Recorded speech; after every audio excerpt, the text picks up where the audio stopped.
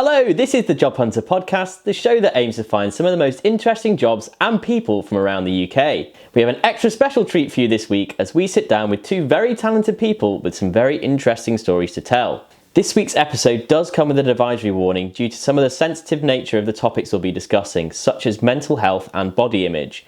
If you feel like you've been affected by any of the issues discussed in this week's show, I'll be providing help and support that you can contact in the show notes and at the end of the show. Please do not feel like you have to suffer through any of this alone.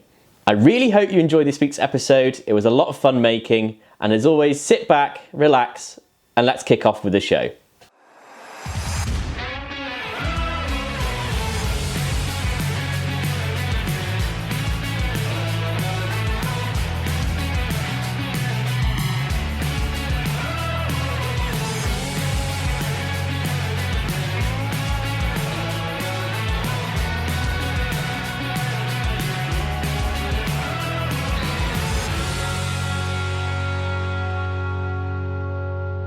Welcome back to another episode of the Job Hunter podcast. This week we're putting pencil to paper, paint to canvas and clay to potting wheel as we get a little bit creative.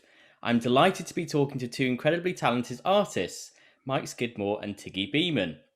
Before we get started, why don't I get you guys to take us through a little bit more about your backgrounds and what you're up to at the moment.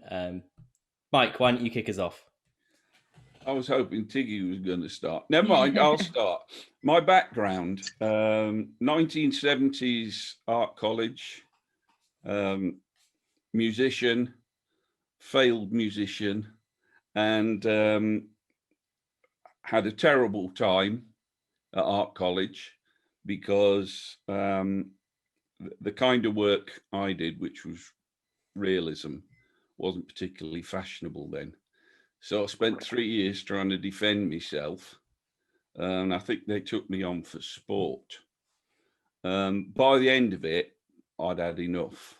I believed all the brainwashing they did that I'd never make it as an artist. So I came out of that. I was madly in love at the time, and my girlfriend at the time was a solicitor, and she said, "If you think I'm going to pay for you, keep you while you paint, you've got another thing coming. So get a job or I'm leaving you." So I got a job and then she left me. So then I moved into, I got a job in graphic design. And I know there are various young people going to listen to this and wonder how they could do it. My way's probably not the best way because I lied, basically. I lied about what I could do. I got a job and I used to work through the night trying to work out how to do what it was I was supposed to do. So by the end of a week, I could kind of get by. From then, I've always been one to kind of go, do you know what? If you haven't tried it, give it a go. So very soon into that, I thought, well, I'll try running a business. Not because I was particularly business orientated. I just thought that'll be interesting to see how it all works. So started a business, graphic design, went swimmingly well for a number of years. No male in his mid-20s should be allowed a Porsche. That's the best I can say. I led the high life and I ended up spending more than I was earning. So that business, from a very profitable start, very quickly became something else.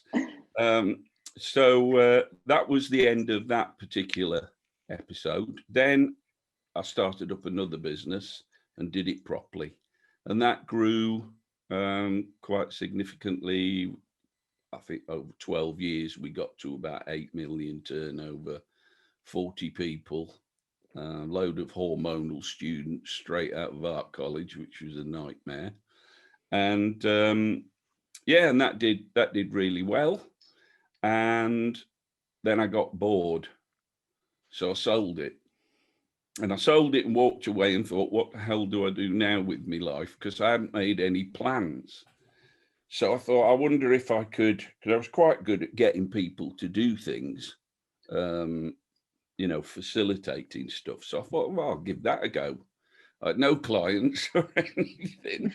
And I don't know how I did it, but I managed to get clients and went from there. And I ended up sitting in boardrooms with PLCs, small companies, medium-sized companies, facilitating wars where people were falling out, couldn't agree on a strategy, and I seemed to be able to sort it out.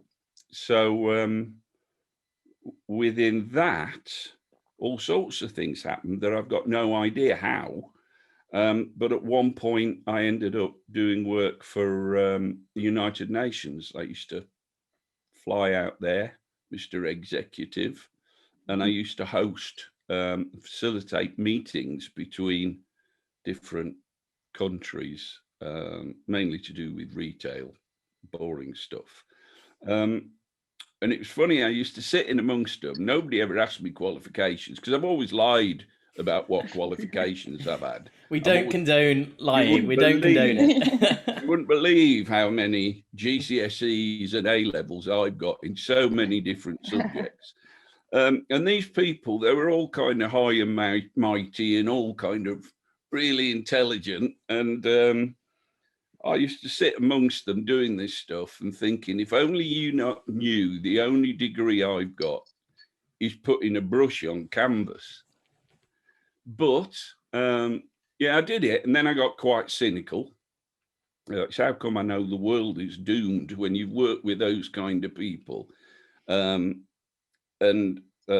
I'm going off at tangents. The guy that used to hire me there, I once said to him, I'm really struggling to get agreement between different countries. And he said, oh, no, you're not supposed to do that. I went, what? He said, no, they just need to say they've tried. And that was the premise of the people who are responsible for our world and well-being. So, I left that and I was very cynical. And then I was quite ill after that. I turned out I was bipolar, which explained a lot of stuff from my early life. And I couldn't work for 5 years. It was just very difficult. And then I now describe myself as a lucky bipolarite, because I found medications after that took 10 years, but I found medications that make me as normal as any artist is ever going to be. So I live a functioning normal life now. But at the time I didn't. And it was during that, as I began to get better, I thought to myself, I could either spend my life doing jobs I don't like doing that pay well, or I could choose to be broke and be an artist and not be one of those people who I get when I teach them, they get to 60, 65 years old. They come along to a workshop. The end of the workshop, they say, I can't believe I've done that, just because somebody's shown them ways to do things. And then I get people who get quite tearful, because they'll then say, if only I'd known I could do this, a lot of years ago, I wouldn't have left it till I retired, which is quite sad. I mean, there's a big lesson in there for people. So I decided to make the jump and do that. So that's what I did. And that was 5 years of being skint.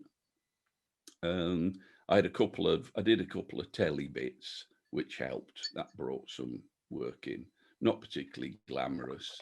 And then started to get work, portrait commissions initially, and then I always said that portraits pay for me holidays and pay the tax man, because they bring in a reasonable bit of money. But I couldn't earn enough to pay the ongoing bills and keep my wife in shoes. So I thought, what else could I paint? And it suddenly dawned on me that painting portraits, people in settings, holding things, doing things, I was also painting still life.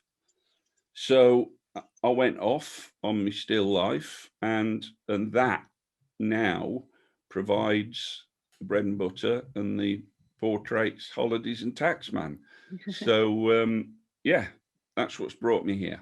Wow, that's quite the story. I've missed out loads, otherwise we'd spend 3 hours. No, I'm sure we'll get into that a bit later on. But Tiggy, why don't you tell us a bit more about you?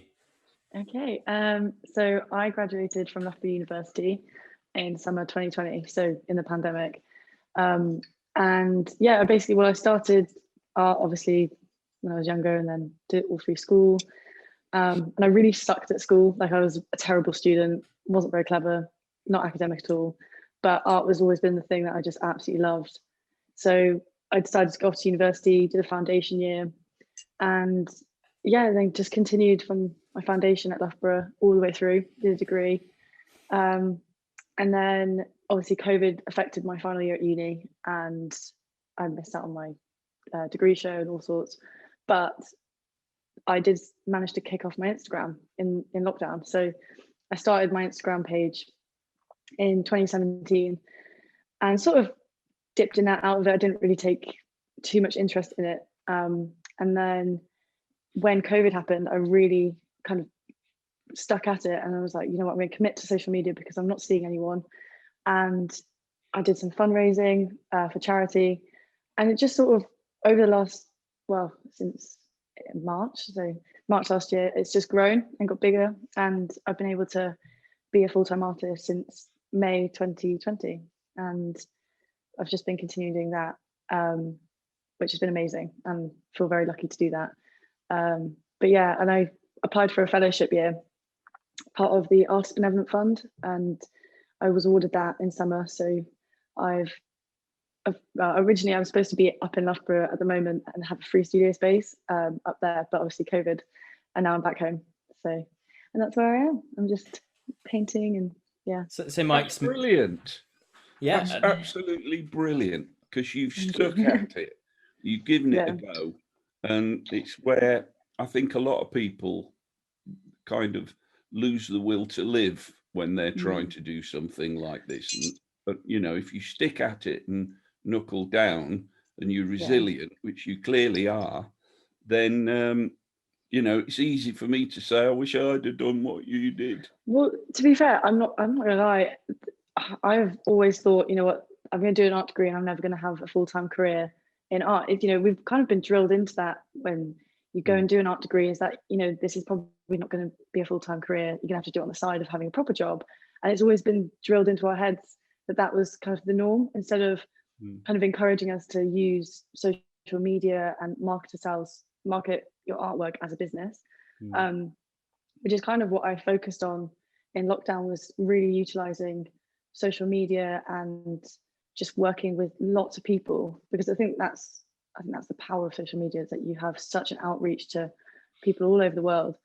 But other than, if that didn't happen, I'd probably be working in my dad's butcher shop. So that's quite an important point though. You mentioned about kind of this idea of it being drilled in, that you can't make it a full-time career. What other kind of common misconceptions would you say people have about you two as artists, and actually about your work? I mean, I know Mike said he's touched on about his portraits and still life work, but what is your work you do day to day, Tiggy? So I focus on the nude, and I work around the theme of body confidence. That's sort of been like the core theme that I focus on. Mainly female nudes. I think I work well with other women, because obviously I'm a woman, and I think people can relate with me a lot more with, if they're struggling with their body confidence. And yeah, I just really focus on embracing your body, desexualization of the female body, the female gaze, on art as a whole. And yeah, I take a lot of inspiration, and I'm a big advocate for mental health, and a lot of inspiration from women that have been through things, maybe been pregnant. I think that's a big thing, is, when your body changes, or you've put on weight, or you've had an eating disorder, things like that, and being able to work with someone and paint them and create a really personal painting for them that encourages so many people to do the same and, you know, love themselves a little bit more, I guess. I think that's probably the main message behind my work. So, yeah. And what would you say are some misconceptions that people might have about you or your work? I think, oh God, I might have to think about that one. Probably misconceptions. I think probably, oh God, that, I don't know. Can I think about it? Yeah, sure. Mike, can you think of any? I'll answer that. Misconceptions are because we enjoy what we do so much, it's not a proper job.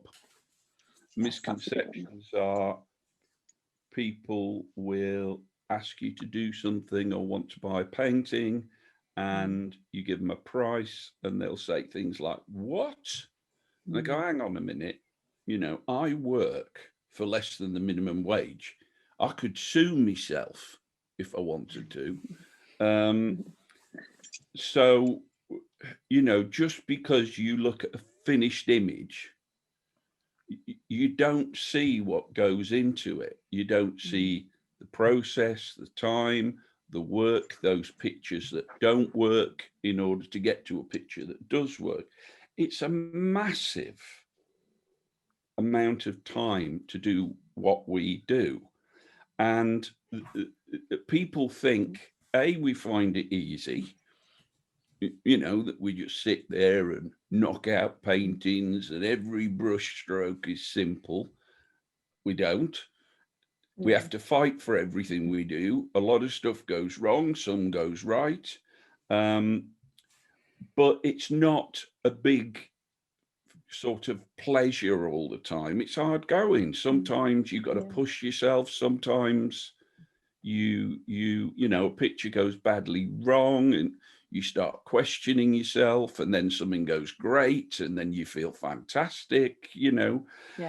All of those things people don't understand. They think we don't do a proper job, we charge too much, and we sit here having fun, smoking dope, drinking wine, and generally mucking about.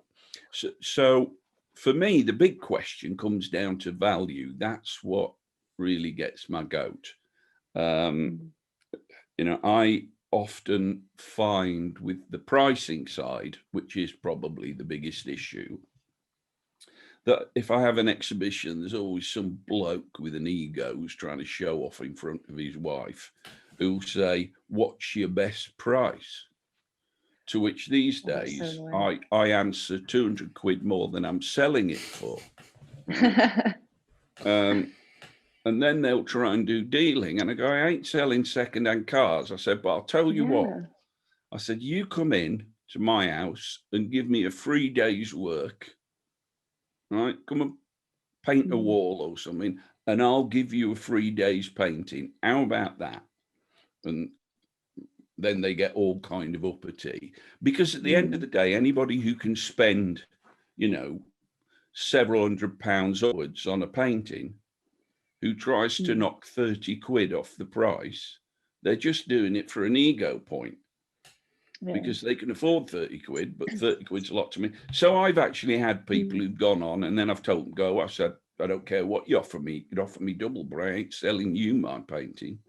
I think it's really bad though that, you know, people do try and haggle art. You know, you wouldn't go into a shop and try and haggle down buying some shoes. You know, it doesn't work. I've had people do the same and try and haggle me down, and I'm like, you're haggling when there's no deal to be done. It's either it's this price or nothing. You know, 100%. It's just really strange how people don't respect it as a full business sometimes. I think you raise a good point, Mike, though, about people only seeing the finished article. They forget that some of these works can take hundreds of hours to complete, you know, if it's a huge project, I imagine. And, you know, if you were to generate an hourly rate based on how much you were selling it for compared to the amount of time you spent on it, that's probably a lot less than people obviously charge themselves. If you did that, you'd never paint. Because it's scary. I mean, you know, what people don't take account of is, I'm sure it's the same for Tiggy, there's the amount of time painting And then there's the amount of time, if you've got a model, trying to organize the model, get them in, all your thinking time. You don't just instantly come up with something, you've got to think about it. Tiggy's time online, if she's selling her work, she's putting loads of time. Who's going to pay for that? If you had an office job, you'd get paid for it. We don't. Yeah. And I think misconceptions for young people who come out of art college, particularly those that are quite idealistic about what they do, is that they won't have to kind of prostitute themselves. They're just going to come out. Somebody's going to think they're wonderful. Gallery's going to take them on, and your next minute, you're selling your paintings for megabucks. And it just doesn't work, apart from a few.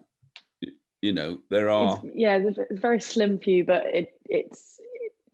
it's like an unrealistic goal that people have in their heads. But I always think that not having a plan is sometimes the best thing, and Absolutely. I think there's a lot of pressure, to come out of, particularly doing an art degree, anything creative. I think there's extra little bit of pressure because you almost want to prove to everyone that you can make it as an artist and make it in that field, because you've always been told that you're never going to be a full-time artist. So there's that added pressure.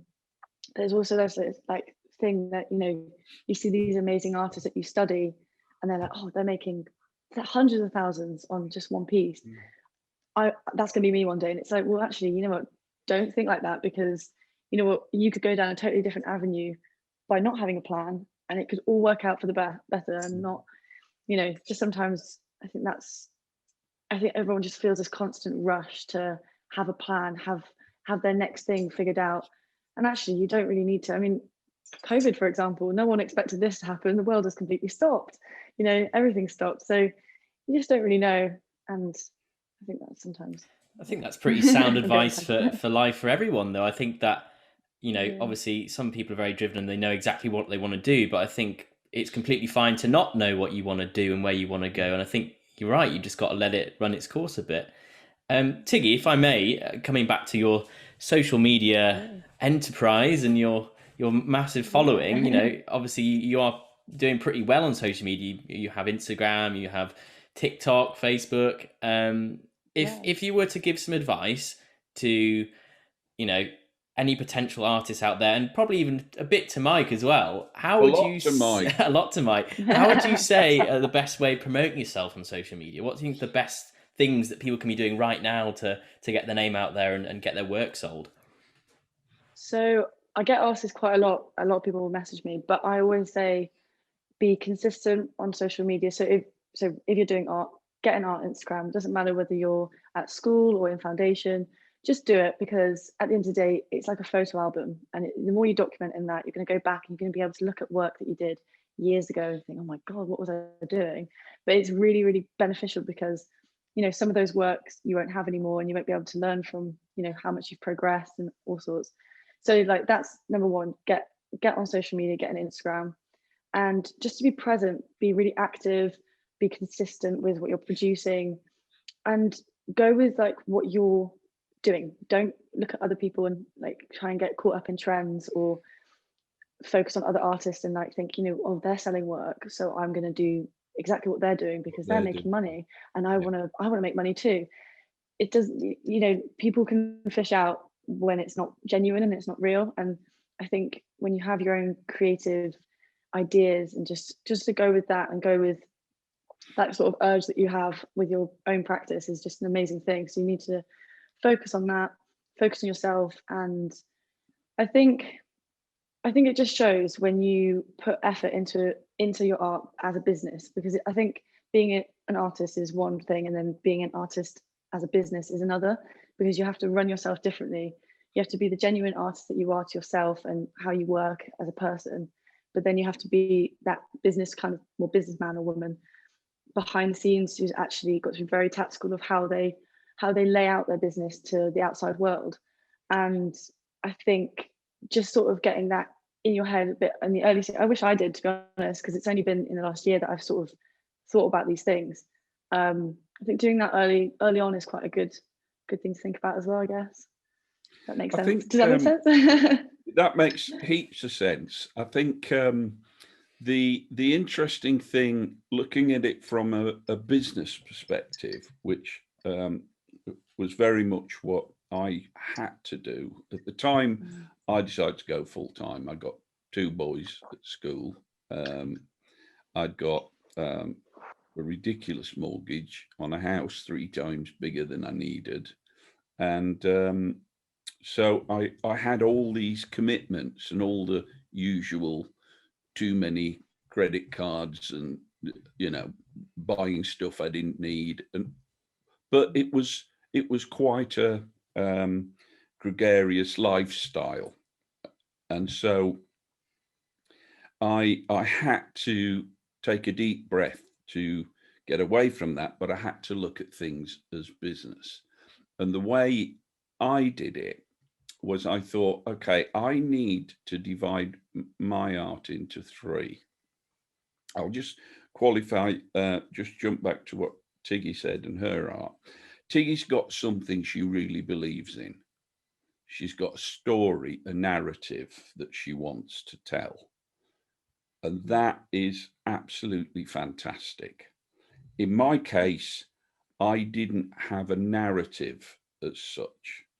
Okay.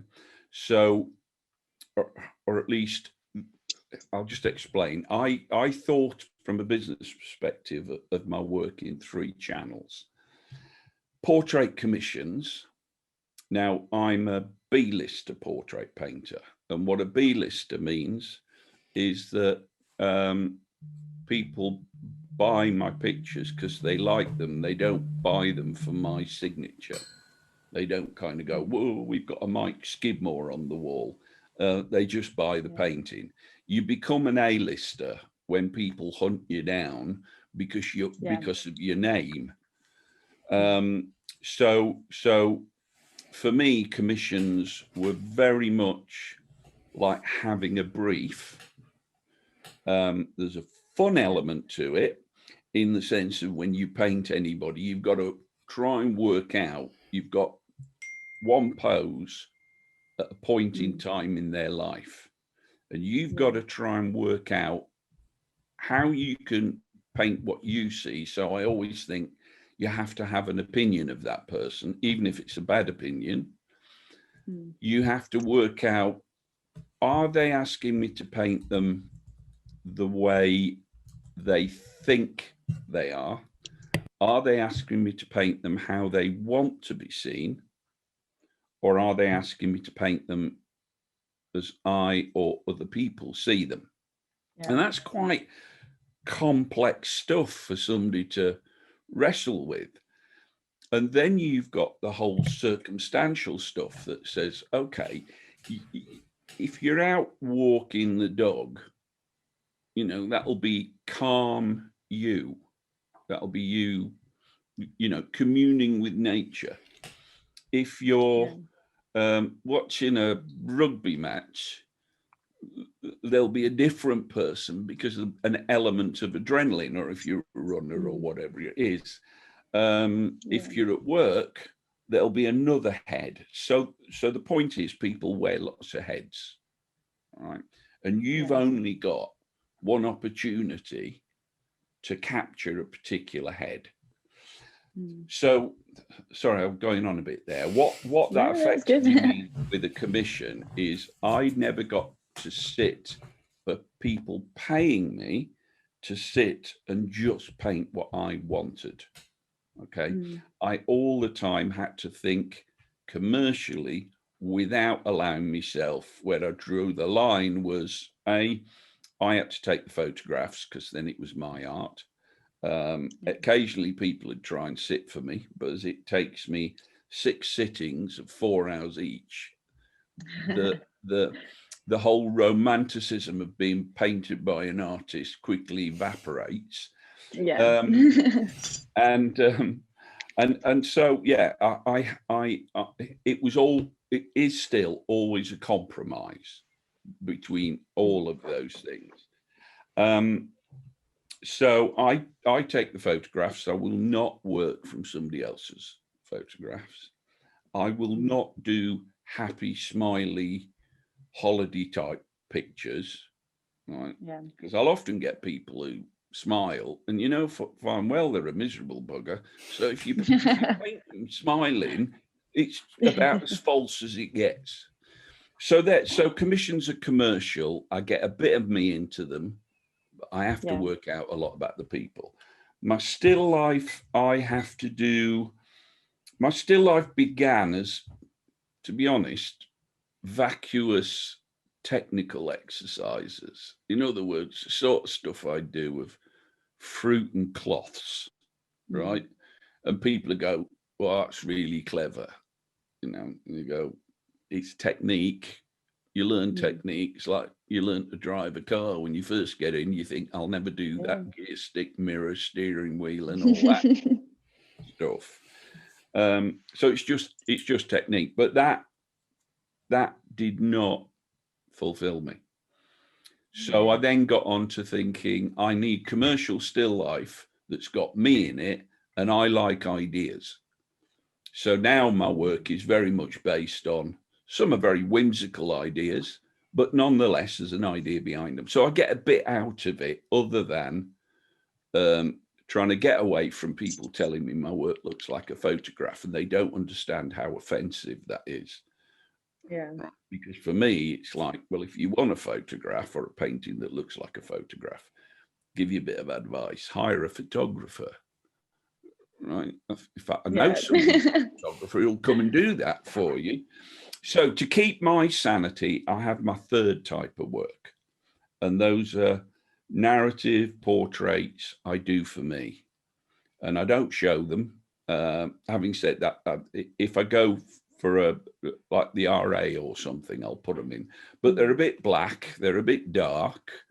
They really are plumbing the depths of how you see people, and their where I interpret them as I interpret them. I keep them going for my own sanity, right? That would you say that's your makes me feel like enough. Yeah, go on, Tiggy. No, sorry. I think there's a bit of a delay, so I didn't mean to interrupt. So would you say that those paintings that are like your sanity, would they be probably the truest paintings that you produce? That's your truest art, like to yourself? Absolutely. Wow. And you don't show them? Not really. Well, most of them are. They're quite. I should have put some up. They're quite hard to look at. Some of them. A lot of them, I've charted my own life, and painted some very dark pictures of myself, and I've painted different types of people in different circumstances. I know, for example, I painted a portrait that was based on my childhood, and the people around me, of a really aggressive man threatening somebody, and it's not nice to look at. There's nothing aesthetically pleasant about it. If you put that on your wall, people will think you're definitely weird. So for me, those exercises are just, I don't the boys, when I stuff it, my boys will throw them away. They're not going to want them on the wall. Nobody would buy them. Who on earth wants a picture of a big fat Yorkshireman looking miserable? Right. Well, you never know. You never know. But do you think it's catharsis as well? Care. They're just my time when I do what I want, and it's all cerebral stuff. It's all about, to be trite about it, it's deep and meaningful stuff. Yeah. Whereas I think with Tiggy, it's brilliant that you were able to say, I'm painting what I want to paint. You've got a focus on a particular narrative. That makes you one of the few, not the many, who can do that. Right. Well, to be fair, I mean, again, that has happened very much by accident. I always, whenever I talk about my work or like things that have happened and where I'm, if I'm painting or something, everything kind of stems from a happy accident or just by chance that I've come across something. And I studied life drawing at school. It was my favorite thing. Every 2 weeks, every week, we got to do life drawing. I absolutely loved it. And then sort of fickled in and out of it, just gone when I went to uni. I kind of went to university with the attitude of like, I'm never going to do portraits again. I just had done them to death at school. And so I was doing like abstract stuff, scribbling on paper, all of that wacky things. And it was great. I loved it. So fun. And then sort of like edged back into life drawing and nude art and stuff, just kind of by accident, by coming across a poem. When I was studying pylons, of all things, I was looking at pylons and I came across a poem. I think it's Stephen something. Oh, I can't remember his name. Stephen Spender, I think.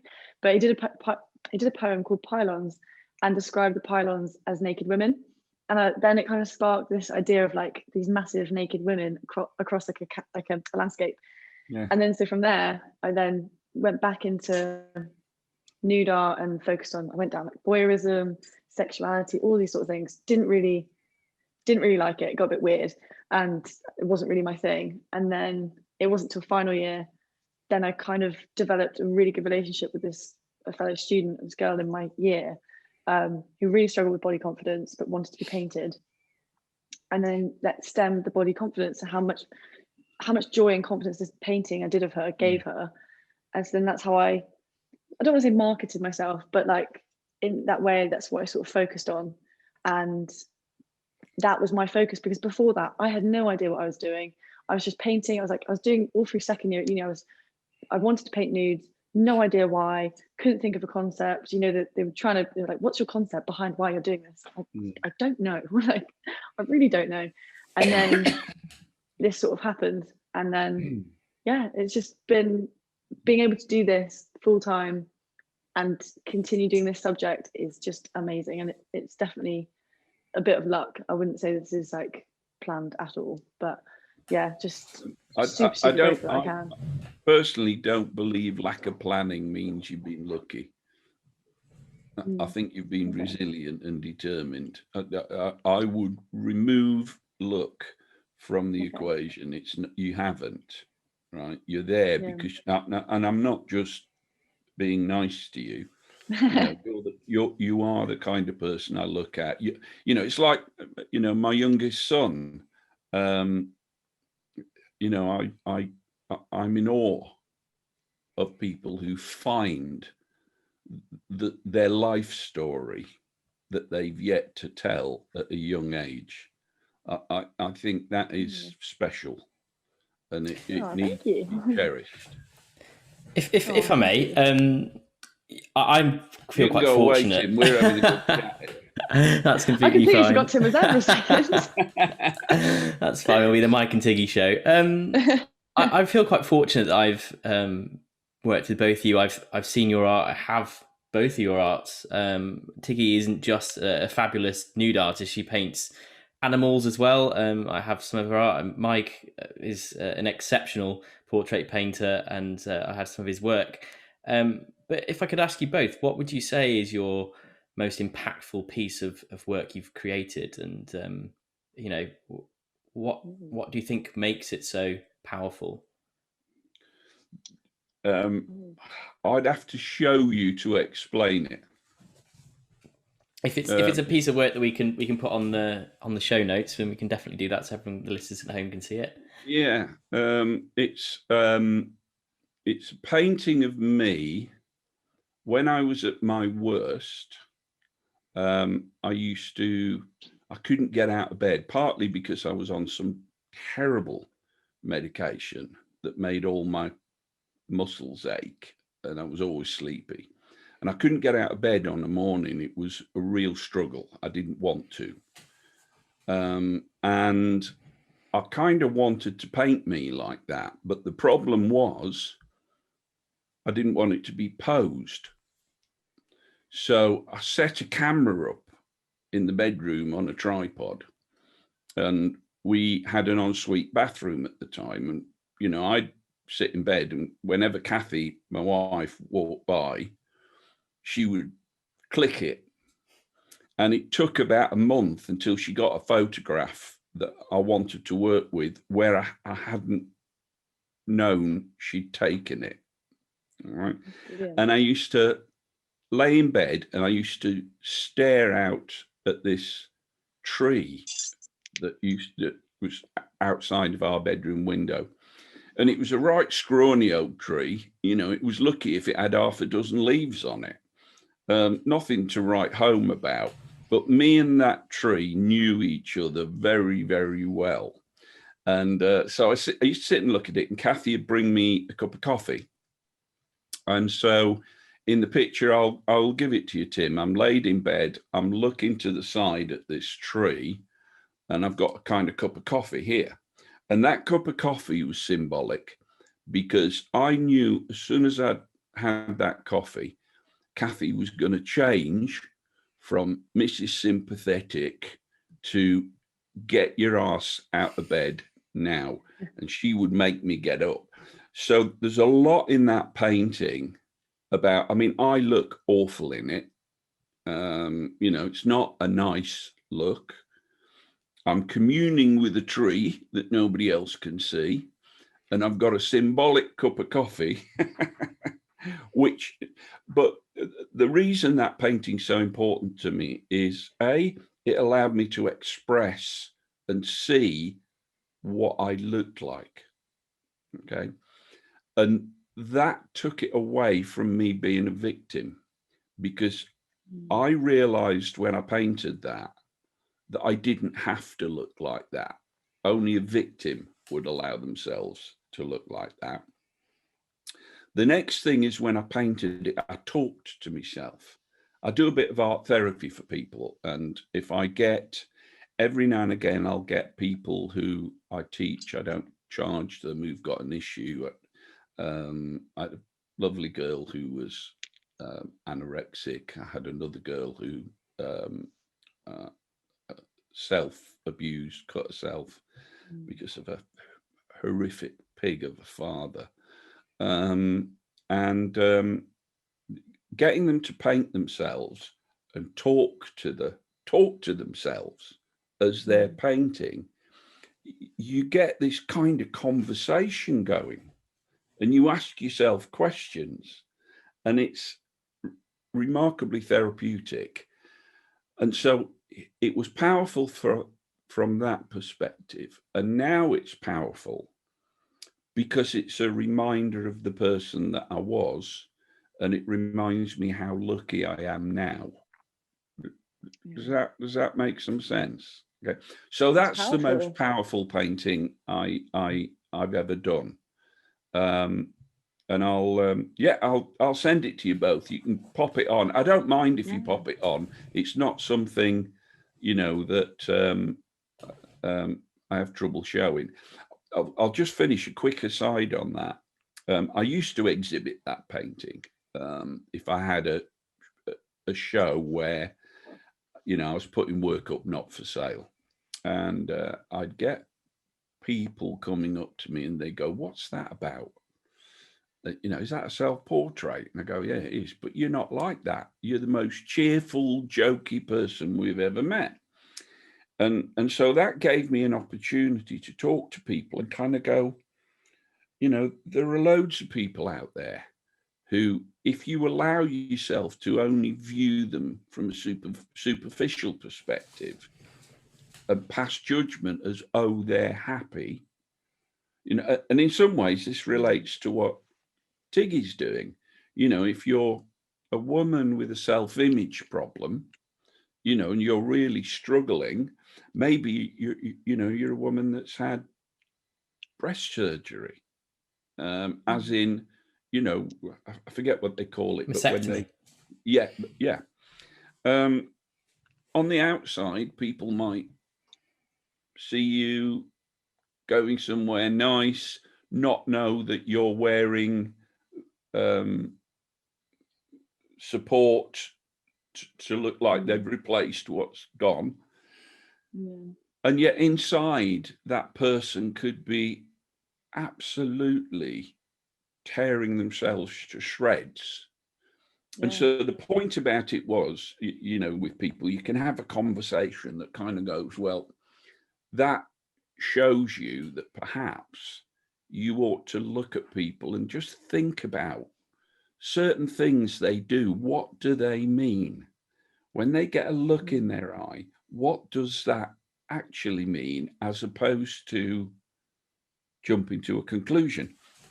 And then I'd explain what the painting was about, and I'd get people whispering to me saying, yeah, I suffer from depression too. And you kind of realize that, it's allowed them to say that, but the scary thing is that they would have been ashamed to say it to anybody else. I think as well, you know, you look at the social media age that we live in now, and it's all about putting your best face forward. It's not necessarily the truth, isn't it? And I think it's as important to actually be true to yourself and be able to say to people, you know, I'm not okay or I'm struggling, because that's being human, isn't it? You have some bad days, you have some good days. Tiggy, why don't you take us through one of your work that you're most proud of? I know you've done some massive portraits in your time, haven't you? Yeah. I think, well, as soon as you said that, the one that springs to mind is the painting I did of Scarlett, who's the girl that I worked with right at the beginning of, the end of my second year and beginning of third year, when I started doing this body confidence sort of theme in my work. She is like she's like my muse, the main person that sort of kickstarted it all. And I did a huge triptych. It was the biggest painting I ever did. It was a massive jump up from what I was doing. And it was, a triptych, I think it was like 2.5 meters by 2.5 meters square in total. It was huge. I actually can see the canvases like stacked behind, like over there. But yeah, and that painting, it was, so I was looking at portraits and painting people, but I was emphasizing the scale of these paintings and making the woman in the painting a lot larger than the viewer. So there was sort of this intimidating aspect. And then I was also keeping the direct eye contact between the portrait of the figure and the viewer. So then it was just this, I don't know, it was just like a power play that I wanted to have within my work, so that there was this sort of ownership that the woman had. And it was like, you know what, I'm naked, but I'm taking control of the situation and I'm looking at you, you're not looking at me. And it was sort of that. And I think it was probably one of my best paintings I did, but also such an impactful painting itself. And I think my degree show paintings that I did in lockdown, I think those have to go in as well, because I can't really pick like one massive painting, but like I think the 3 paintings that I did as my degree show, they're like some of the best things I did, and considering the situation and everything. And I originally got to how I came on to do those 3 paintings was because I used social media to outsource my models, and I had 3 volunteers from all over the place, and they were my degree show. So they're very powerful pieces themselves, but also a bit of a story behind it, and something that I'll always remember forever, I guess. So it sounds like there's a big story behind it, really. Yeah. You know, because I love that idea of the eye contact, because I don't know whether you've ever caught men looking at nudes, for example, and you just know, you know, I've had them say it to me, they go, whoa, you've had a naked woman in your studio. And my reaction is what I wanted. You can cut this out, Tim, is to tell them to fuck right off. Yeah. Because it really winds me up, because I don't do voyeuristic paintings.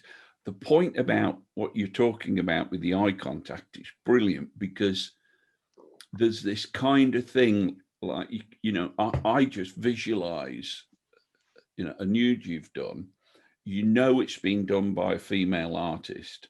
A guy looks at it, he's being watched, right? Does he go downstairs, right? Where does his eyes go? Because he's caught in the act, if you see what I mean. Whereas if the head's turned away and the eye contact's not there, you know, they can do this kind of grubby old voyeuristic, view. I love that concept. That's fantastic. Yeah, it was, I think, because obviously the male gaze is such a massive thing in art, and traditionally, it was a man painting a naked woman for centuries. That's how it's always been sort of played out. But I think the twist that I'm doing, and a lot of other artists doing over the years, has been the woman's painting other women. And it's amazing. I think it's just really interesting, and yeah, no, yeah, I do love what I do. I absolutely love it. But yeah, I hate the seediness. There is a little bit of seediness. I have it a bit on social media. I have to really be careful and watch who actually follows me, because sometimes I've had the most weirdest messages come through, and I'm like, where have you come from? Like, that's not normal. So there's I know that one well, Tiggy. I had a death threat once. What? But I put a nude up. I don't put nudes now on, or at least if I do, they are pretty well clothed, and I don't use the word nude because I've been thrown off Facebook twice for Really? because they've got some kind of scanning software, and they see a pair of breasts, and that turns you into a pervert. And if you use the word nude, that turns you into, I don't know, a paedophile or something. But but I had a guy once. I've had various arguments with different guys, always a man, about how disgusting it is and how against God it is to show a woman naked.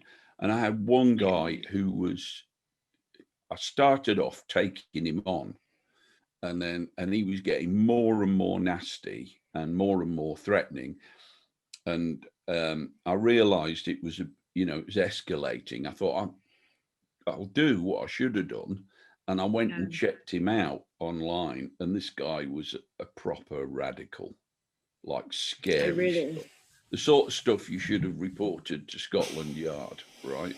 Oh God. So I thought, right, I'm going to bow out gracefully here, because it did, when I saw his website, it did actually scare me. Oh, he had a website? Yeah, he got his own website, and no, it was scary stuff. Yeah, it's not an avenue you want to go down, is it? So if I could maybe move us a little bit further along from death threats and the inevitable editing I'm going to have to do, I like to do a little section in the middle of these episodes where I ask my guests, my esteemed guests, to give 3 tips or pieces of advice on a particular topic. I call it Tim's 3 tips. I really need to fix that name. I hate it.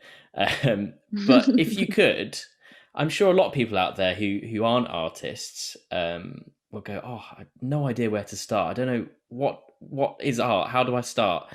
So if you could, give 3 tips or bits of advice for someone that's staring at a blank canvas and doesn't know where to start painting, what would they be?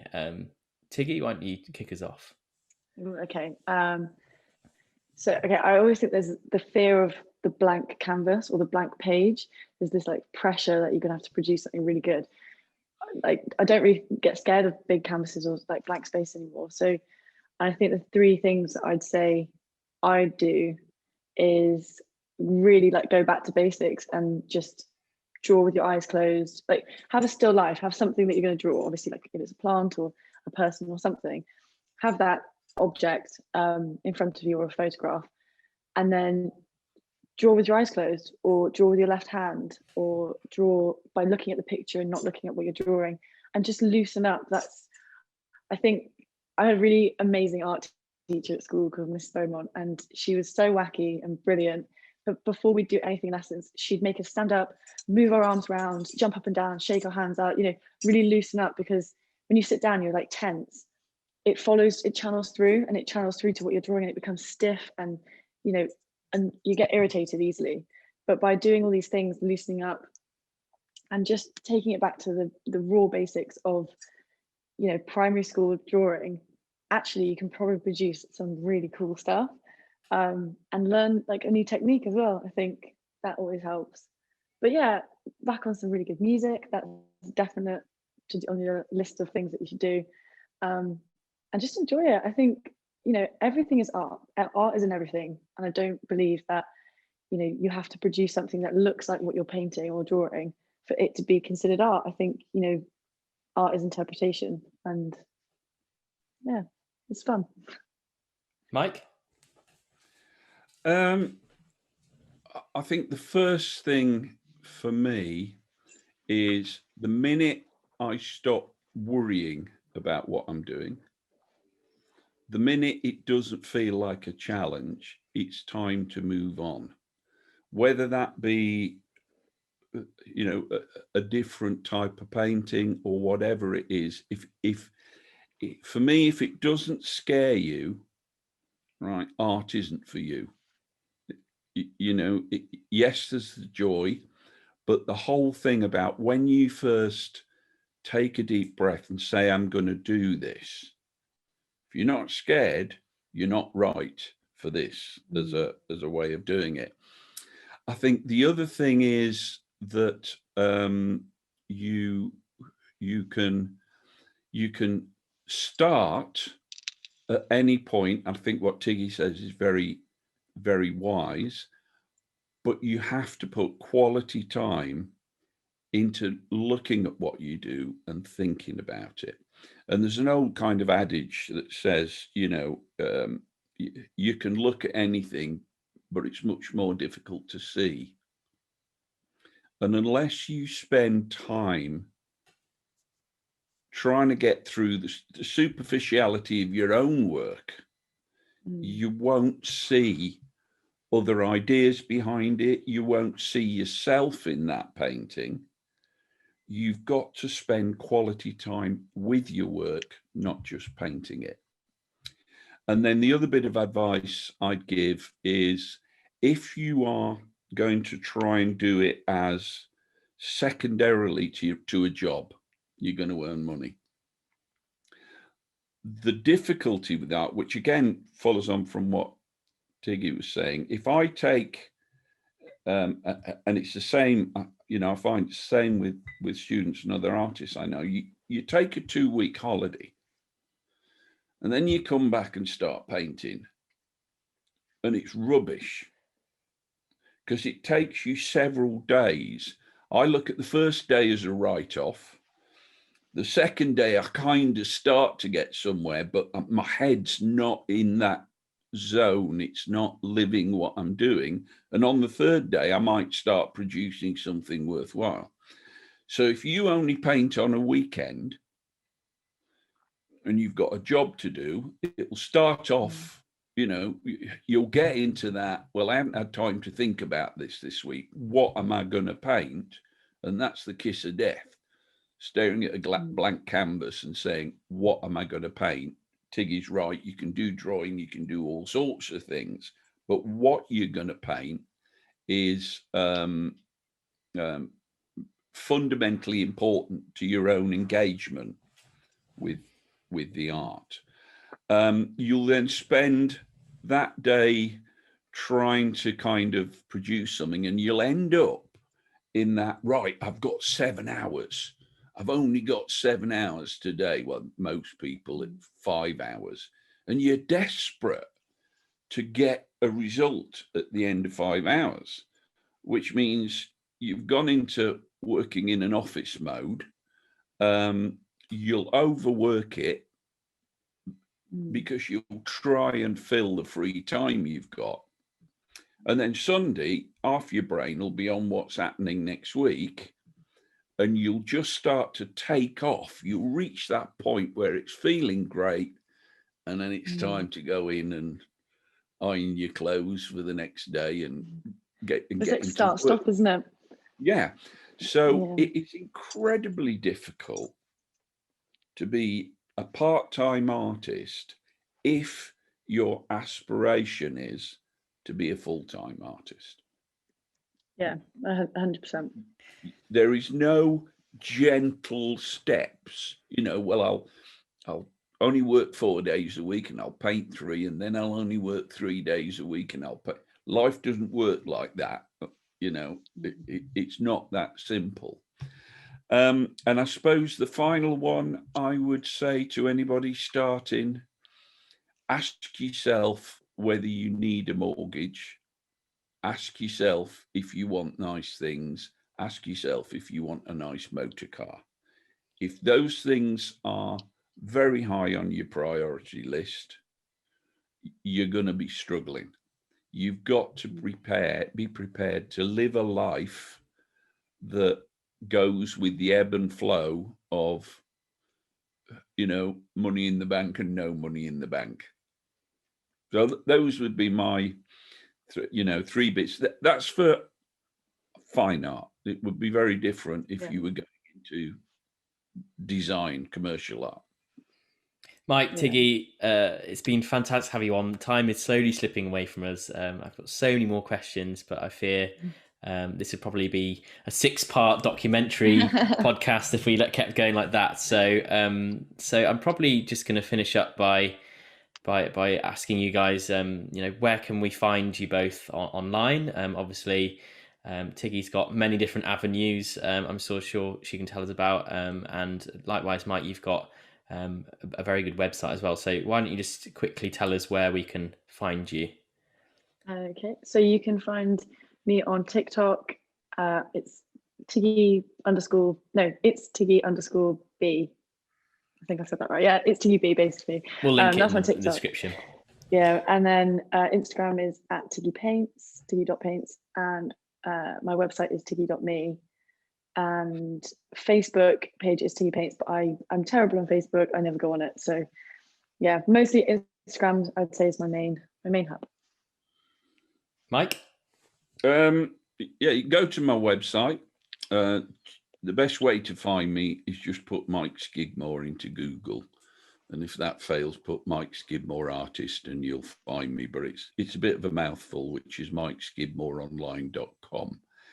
I'm on Pinterest and I'm on Instagram, and I haven't got the foggiest idea what my login name is. Again, we'll link it in the show notes below, so don't worry, we'll do that bit for you. I'd have to find out first. I'm on Twitter and I've no idea what me Twitter is. And on Facebook, it's Mike Skidmore /gallery. That's the only other one I know.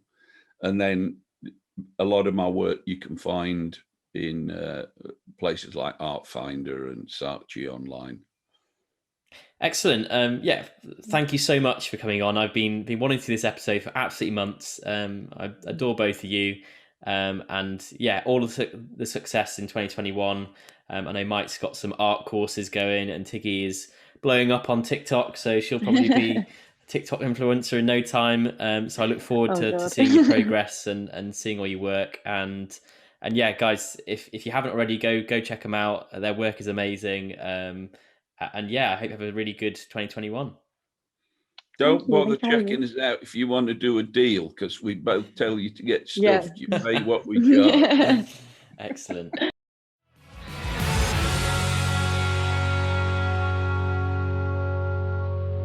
I'd like to say a huge thank you to my two guests today, Mike Skidmore and Tiggy Beaman. They are both true inspirations to myself, and if you get the chance, please go and check their work out. You can find Mike online, it's MikeSkidmoreOnline.com, or on Instagram, Mike Skidmore Paintings. You can also find Tiggy, she's Tiggy.me online, or on Instagram, it's Tiggy.paints. If you've been affected by any of the topics discussed in this week's episode, you can find help and support at www.mentalhealth.org.uk. Or if you prefer, speak to a trusted friend or family member. There is always help out there for you. If you've enjoyed this week's episode, please consider subscribing. It massively helps us out and allows us to reach new people to share more of these amazing stories.